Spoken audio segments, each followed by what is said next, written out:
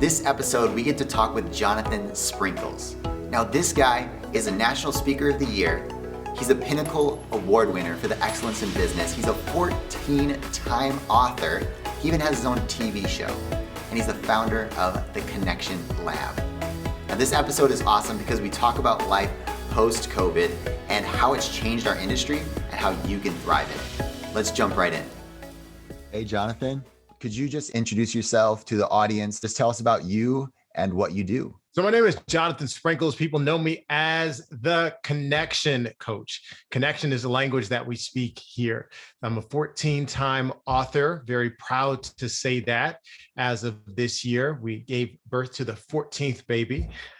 And I am a TV personality here in Houston, Texas. I work with celebrities. I work with executives. I work with speakers in three major things, all surrounding how they connect. How do they connect in the way that they prepare mentally, connecting with themselves? How do you connect in your packaging and telling the right stories? And then how do you connect when you pitch, meaning when you present your story and tell it in a way that makes people resonate and remember you? That's where I stand all day long. And it's a very fun place to be. That's amazing. And I think you're the first person that I've met who is a connection coach. So how do you think that differs from other different kinds of coaching? So that's a great question, because that was one that really stopped me for a long time. It gave me a lot of issues because I would go to National Speakers Association meetings back at the turn of the century, a long time ago. And I remember everybody was saying, I'll help you find your brand. I'll be your speech coach. And I realized that was what they referred to in the book as real red waters. Those are bloody waters because there's sharks all around there. And you want to go find your blue ocean, the space where it's just you. And you become a category of one of one. So if you want to be a speech coach or a motivational speaker, you're going to be one of many, many others. Now you have to compete and you have to answer the question over and over again. Why are you better? Why are you better than the other person that's at the table right next to you? So that was a part of my business branding, was to not be a speech coach when I was doing that primarily. I said, I want to really be a connection coach. I remember my dear friend, Tony McGee, said that his great friend was a rapport coach, and he would work with large agencies, companies like AT&T and various places, that they would specifically work on building rapport with their customers. I said, I want to be a rapport coach. I want to do something like that. I wonder what that looks like.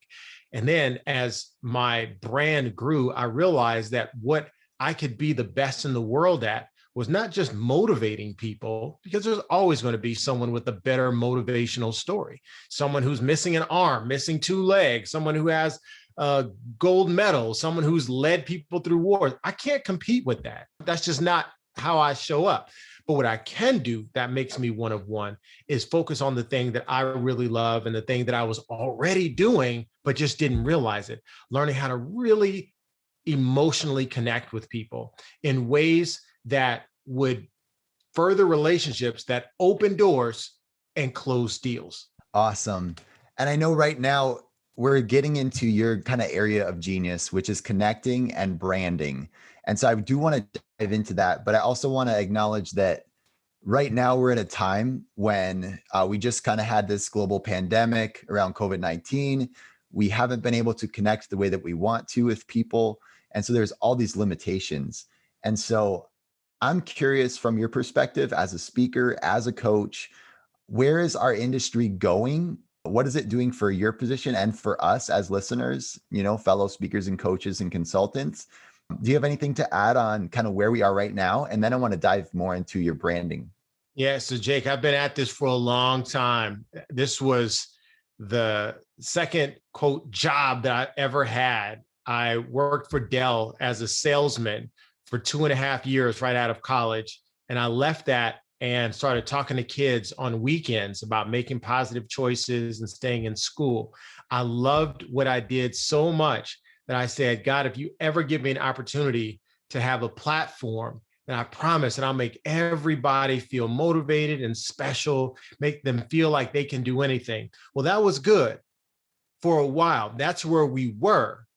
But as time has progressed, the motivation has become more nuanced. The Les Brown, Zig Ziglar era, where people just were excited to just dream big and know that it's possible. As time has progressed, people have started to say, that's good, but what else? I need some action items. I need something that's going to be taught by an expert that my people will have some tangibles and some takeaways. Well, let's fast forward a third time. And now COVID has happened. COVID has changed everything because we have had a break from our pattern of living in every imaginable way. So what does that mean? It means that we are no longer seeing things the way that we were. You find that 78% of people have at least contemplated a career change. That's huge. So what that means is that even more so than before, people are beginning to question their values. They're questioning the way that they do life. They're questioning whether the work and the career choices that they've made have aligned with their greatest values. It's no longer just about the paycheck. So post-COVID, people are looking for three things. I just got off the phone with a meeting planner from a chamber in the state of Michigan. And they were very clear that they want the energy, they want something inspirational to kind of pep people back up a little bit. But they said, look, here's what we really need. We really need some action items that are going to make people's lives change today. So I'll put it in the form of 3 R's that people really need. Number one, they need something that will resonate with them emotionally. They need a message that will inspire the soul, because we all need that. We all need that pick me up again. We all need to feel good. That will never change. It's for different reasons. The reasons have changed, but the need to feel good, that will never, ever change. Number two, it has to be remembered, because at this point, social media is our second planet that we live on. So if people can't go back and repeat what is said on social media, people begin to question, if it didn't happen on social, did it actually happen at all? People have to have a message that has social buzz. What that means is you have to have the right keywords, the right phrases, the right quotables, so that people will say, ooh, that's good. I've got to tweet that out right now. That's how events are becoming live and larger, especially now that we have more hybrid audiences. That's what connects the live with the home crowd and unites them as one, when people can go to the Twitter feed or whatever the platform is du jour and look at it and say, I now feel like I got a piece of the event. So it has to resonate, it has to be remembered. And third, it must get results. Not to say that this was not the case before, because everybody wants something that's going to be applicable, but now there's a premium on this. When I spoke just earlier with the group that's hired me to speak, they said people must walk away with action items and even some tangible experiences, if you can weave that in, rather than just investing this hour of time into great stories. We want to make this very immersive so that everybody has an opportunity to practice what has happened or what you're teaching them. We want everyone to know how to do this so that we can all now have a common language that we use going forward. So this was a stark contrast to what I was experiencing before the pandemic, when people said, oh, well, we just want people to feel celebrated. We want them to feel recognized as a group. Just let them know that we care about them and that we see them. Not anymore. That's not the number one goal. The number one goal is people have to come together and feel confident again. And they also need to feel motivated because they have new tools. It's not just motivation for motivation's sake. It's motivation through application. That's the biggest difference now. Awesome. You said something that was really impactful for me to know, which was like that 78% of people during this pandemic were thinking, I need a change of career. I need a change of pace. A lot of people picked up and moved and they bought new houses, all of these things, these changes happened. And I think that really lends itself to why I am excited to have you here, is because you know about branding, which I can have you define branding, but to me, I'm thinking, okay, how do you show clearly that you can solve someone's problem and like make their life better? And what makes you uniquely qualified to do that? And like, you're a needle in a haystack. So I would love to hear from your perspective. Like maybe we're some of that 78%. We've decided we're going to strike it out on our own, be a speaker, consultant, or just a solopreneur of some kind. So how do you start to brand yourself in a way that sets you up to get clients? Great question. Again, these are all brand new questions that we weren't asking the last time that we were all convening. These are all brand new questions, and they require some really thoughtful type answers. So I hope that you can find yourself somewhere in here. By the way, if you're brand new and you're thinking about becoming a speaker or some type of infopreneur or a consultant or coach, good for you. Good for you. Some people look at the economy and think, oh, this is a bad time. No, this is a great time. And I can give you the statistics. Companies are actually investing more in personal development and in coaches than ever before, because what used to go to travel budgets, that money is now being absorbed and redistributed development of their people. And e-learning is big. Things of that nature are taking over because people have now understood, well, I don't have to get in a plane and go to Denver, LA, or Orlando anymore. I can now learn from the comfort of my own home. So you're here at a great time. You're going to do very well as long as you listen to Jake and good people like the ones who are here on the podcast. Keep tuning in, keep listening, because this is the place to be if you really want to change your life. So the question that you asked was around how do you brand yourself going forward? I want to shift this a little bit. Rather than looking at it as branding, let's consider it trust building. When you think of it that way, how can I build trust in a new audience?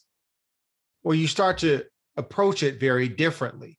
In order to build trust, you need three things. You need time, consistency, and proof. I'll break it down. With time, one of the biggest mistakes that we all use or create, one of the biggest mistakes we make, according to the 22 Immutable Laws of Marketing, written by Al Ries and Jack Trout, is that we don't have a long game. Too many times people have a short-term focus, not a long-term focus. You think, okay, I'll run a Facebook ad and then I'll be rich. Okay, I'm going to create a really awesome meme and then my life is going to change. That's it. Yep. That'll be it. No, it takes time. So create 6-month, 12-month out plan, and then have a set of mile markers for yourself that let you know whether you're on the right track or not. But understand, you are approached by brands all the time. You can't even scroll through your feed on Instagram or TikTok without being hounded by advertisers. And these advertisers are doing the same thing that we are. They're just building our trust. They're wanting us to believe that they are who they say they are. So what do? Fabletics has pulled in Kevin Hart and some of the other top athletes and influencers to create a new athletic or athleisure type brand. Legends has done the same. I get a lot of this stuff, I guess, because I post like workout and running pictures or something. I don't know. These are just always in my feed. So that's what's on the top of my brain. So what they've done is they've said, look, it used to be 7 impressions. Now we've got to make at least 13 impressions, statistics say, in order for us to get their attention. So what that means is that you've got to have a long-term series of strategic conversation pieces that are trust building. It means that you've got to start using trust words like we and you instead of I. We meaning you and I. We all want the same things, or you want this out of your life. You need to start looking at creating things that are going to resonate with people on a much greater level, more than just, I've got something and it's on sale. Do you want to buy it? Take your time. Number 2, you have to be consistent.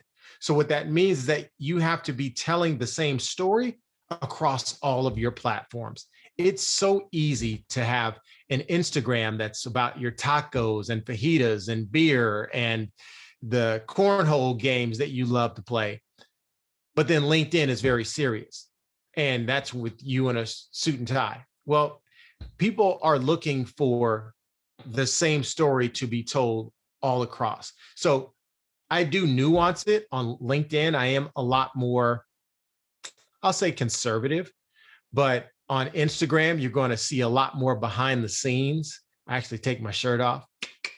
But I'm willing to go there. I'm willing to go there in certain places that I wouldn't go in others. But the core message is always consistent. And I will stop and I will stalk myself once a week or more to just flip through and say, what do I think about this guy? Right? What if I just looked at this guy the first time? What stories do I stop on? What do I believe about this guy?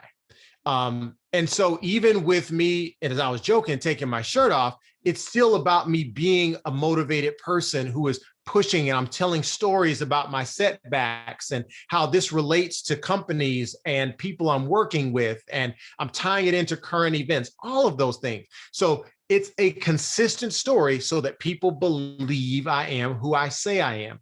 You've got to do the same thing. Stalk yourself, flip through your own timeline and say, what would I think about this person if I saw just this story? And see if it all adds up. So time, consistency, and finally, proof. Proof means that even if you're brand new, you need to find someone who needs your help. And even if you have to give it away a few times, make sure that they tell your story. Make sure they tell it loud and proud. Show that you can actually get the result. This is part of that expertise and that results requirement that people are asking for and demanding these days. So if you say you can make great websites, show me your websites. Break down good versus bad. Break down some new ideas that you have for the future. Break down what you used to do and how things have evolved over time to show your expertise. Give me proof that you can turn things around. And also, in doing so, show me how you're different than other people. Said very succinctly, show me, Jake, why you get results where other people fail. I love that. One thing that really resonated with me, you're talking about the consistency and across platforms. So when you're looking through your materials, how people engage with your brand, you're looking at your social media, your website. And I remember being a guest in your program and you'd asked me to talk about websites. And that was one thing that people struggle with, is because as solopreneurs, we think we have to do everything. And so maybe you're good at social media, but you didn't take the 100 hours necessary if you're going to build your own website to make it look consistent with your other materials. And so now it looks like you're a garage sale speaker who should be charging a couple $100 instead of the thousands of dollars you should be charging for the impact that you make. And so I just really resonated with that and, was fired up to say, yes, we need to continually go through our brand with a fine tooth comb and with those magnifying glasses on, and to find out, what is our audience thinking about us? How can we show that we're a sure bet, that we're not a risk, but you can trust me with your investment because you're going to get an ROI. And this is the person that's going to show up and make this change happen for you. So I really, really resonated with that, man. You make a great point, and it took me many years of experience to really understand why what you said was so incredibly important for us all to grasp on the highest level as a professional, whether you consider this to be a side job or an aspirational job or your full-time job. I want you to really think about this. So let's say you mentioned your wife, okay? So let's say you were going to propose to her and you're going to take her out to a restaurant. This is the biggest day of your life and one of the days that you and she will remember forever. So everything has to be what? Perfect. There's no room for error. There's no room for anything to go out of plan. And you want to script everything out. You want it to be just like you thought or better. But what if the waiter has an attitude that day? What if the host says, oh, sorry, we lost your reservation. It's going to be an extra 45 minutes, but we'll still get you a table. What if they happen to put you in the back near the kitchen or near the bathroom? So you hear plates clanging the whole time and you're saying, I love you. And she's like, what? Olive oil? You want me to pass the olive? What? Huh? Right? It's screwed. It's screwed. And so not only is it a bad experience, now this is the extra stress that you feel because now you have to do something to make up for it. Now, take that example, put that in a bottle, and that's what every meeting planner feels when they work with us, because they don't know how it's going to work out. It could be the speaker, it could be the weather, it could be some tech issue, it could be anything. You never know. They don't sleep. They're high on caffeine the whole time. They have high stress level. They want to make sure that the buses arrive at the same time. They want to make sure that everything happens, that there's no craziness, no terrorist threat or COVID or anything. I literally was talking to them today about an event 2 months from now, and they were saying, if we're even able to meet at all, because the variants might overwhelm the event. They don't sleep very well. And you want to help them to understand that you are one less thing they have to worry about. You want to give them as many guarantees as possible. So let me take this back out of the bottle. You're coming to my restaurant. Jake, I get it. Here's what we're going to do. We're going to make sure that your seat is in a perfect area that's secluded. I'll take a picture of it for you so that you can see it and for you to pre-approve. We're going to put a reserved sign on there. I'll have my hostess ready. She's going to have your picture and your fiance's or future fiance's picture ready so that the moment that you walk out of the parking lot, we're going to know, we're going to call you by name. We are going to make sure that we give you the special wine. The chef is going to make a special meal. Let us know of any food allergies that you have. We're going to make this event the best possible event that you could ever have. We want to make sure that you have the event that you deserve. Now, let's take experience number one and then experience number two. Your experience number one, how's your emotion around that? Yeah, that's terrible. I don't want that one. Right. What about experience number two, which you haven't even had yet, but just in the preparation and me making you feel good about it? How do you feel in terms of your emotional connection to this event and what you believe is going to happen? Right. I think that you're going to take care of me. You're going to make my job easier. I'm not worried about all the things I can't control because you have my back and you care. There we go. There we go. So it's about creating trust. Branding is important, and I'll never say that it isn't, but I want you to think about what branding is. Otherwise, we're going to have a 2-hour long conversation about which red is the right red for you. Which red is redder. That's not what it's about. It's about what's going to create that emotional connection that will build the trust, that will get them to say yes, the one that will open more doors and close more deals. Man, I love that. And you know what, too? Like even that little question, like, oh, we're going to focus on what red, what red is more important. When in the minds of your client, it doesn't matter. It's going to be those testimonials. It's going to be how you respond, how quickly, what you've done to prepare for them. And I love that analogy that you use because it is such a good representation of a high stakes moment that your client is feeling and that you can maybe relate to, and something that's going to resonate to say, yes, I can do everything in my power to let them know that they're in good hands and we're going to make their job easier and help them go farther. That's it. That's it. So when you know that you have someone who's in high stress, do everything you can to lower that stress, and they will remember you. Watch this. They will remember you as someone easy to work with. And this is the key right here. This is what most people do not think about. They will also refer you to their peers, because if Sarah's having a meeting, you better believe that Julie is also going to have a meeting, and Sarah and Julie are peers and they talk and they have this kind of conversation asking this question. Who do you know? I really need to knock it out of the park. Who do you know?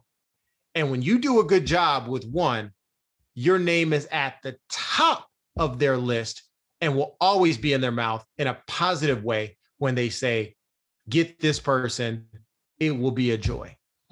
And I think that's something we need to aspire to be that referred customer, to show that we're doing a great job.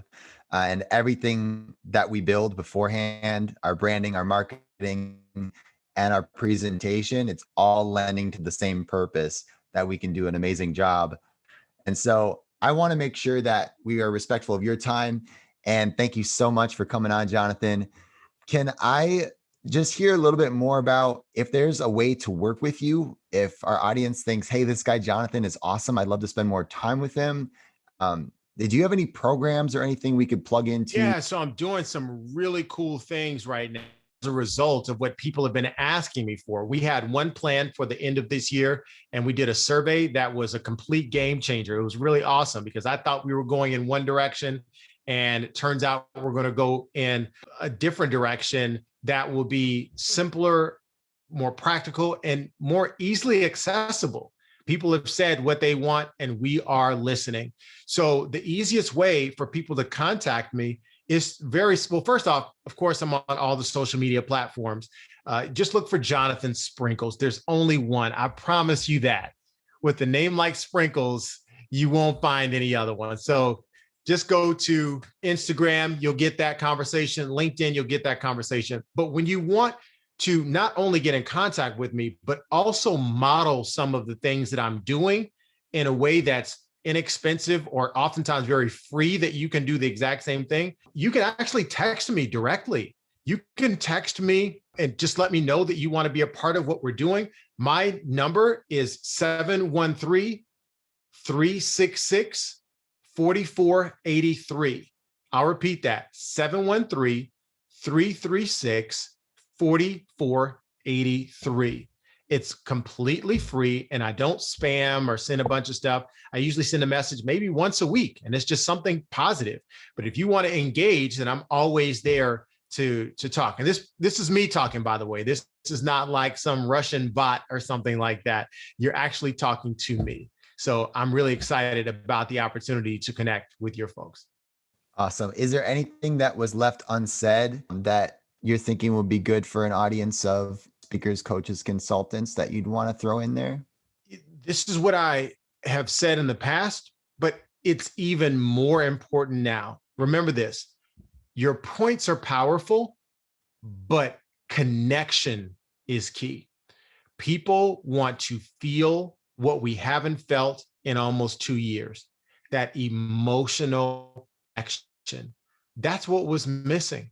When we weren't able to be together, it wasn't a meeting, it wasn't an email, it wasn't the traffic, it wasn't even the fashion or anything like that. what people were missing was the connection that we had. So make sure that in everything that you do, that you focus on creating and building that emotional connection with your prospects, with your clients, with your customer. And here's the thing that speakers have to remember: you can't connect with others until you have that connection with yourself. So do the work, be willing to be vulnerable, be brave, be connected with your truth, and that is what will make you a star. That's amazing. And for anybody who's on here who really resonates with Jonathan, he's giving us some ways to connect with him and do that more. That's his specialty. So go ahead and hit up his text list so he can stay in touch with you. Go to his website. We'll add all those information on the show notes too, so that you can get in touch with him and just keep investing in yourself and your dreams, because it's a lot more fun with people like Jonathan by your side, and you go out faster. So y'all have a great day, and we'll catch you next time.